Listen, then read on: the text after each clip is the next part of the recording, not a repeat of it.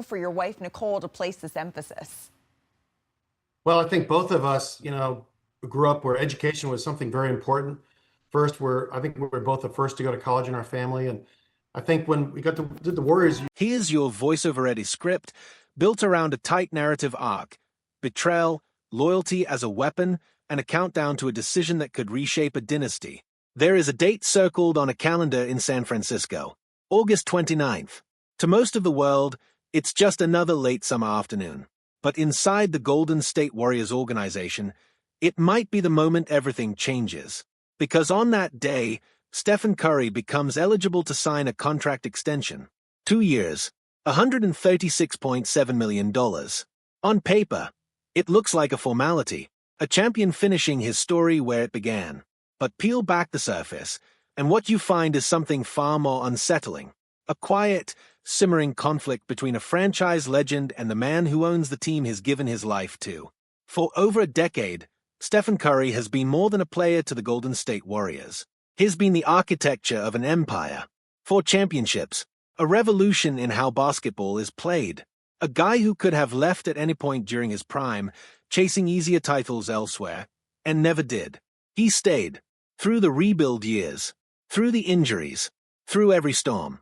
And that loyalty, that unshakable devotion to one franchise, was supposed to be the most beautiful part of his legacy.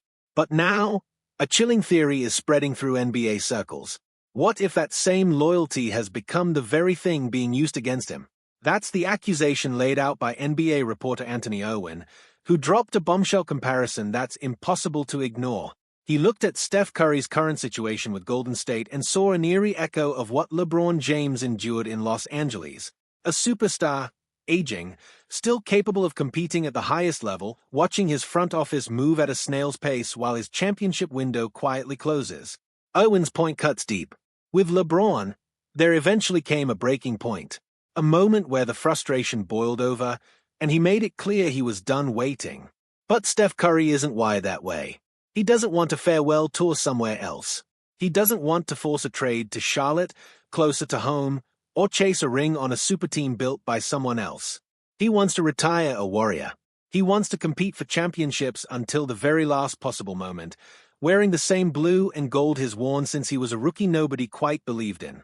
And according to Owen, Warriors owner Joe Lacob knows this, knows it completely, and knows that as long as Steph would rather stay and fight than walk away, there's less pressure on the front office to actually deliver a championship roster around him.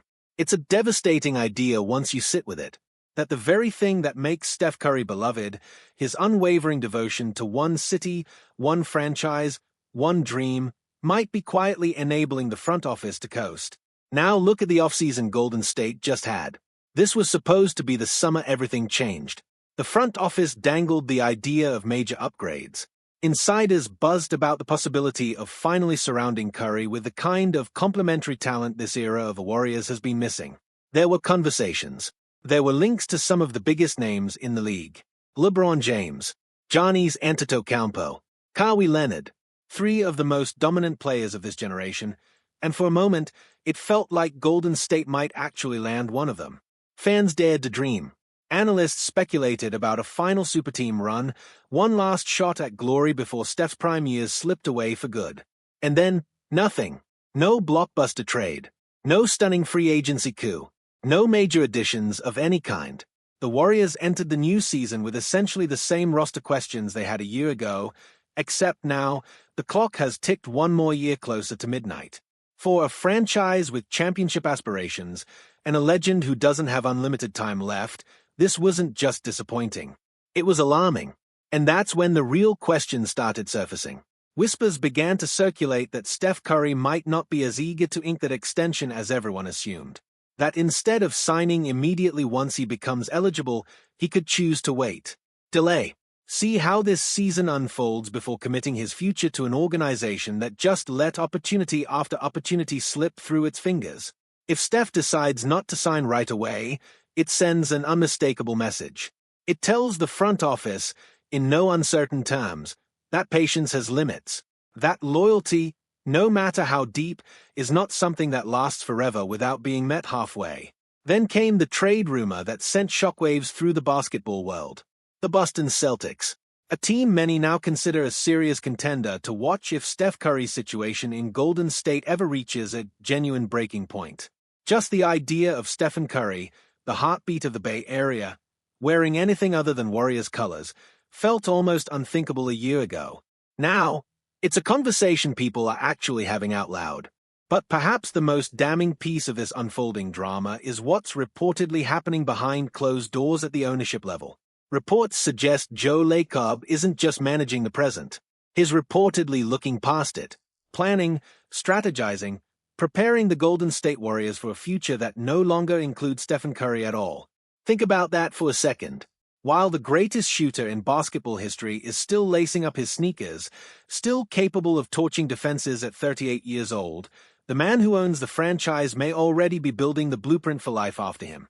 If true, it's one of the most quietly brutal situations a franchise cornerstone has ever faced.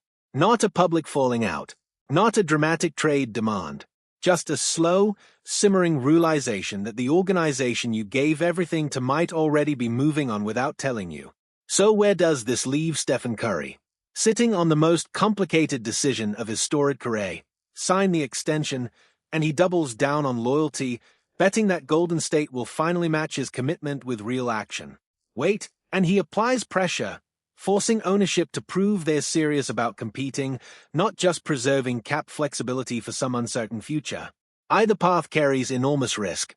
Either path could define the final chapter of his legacy.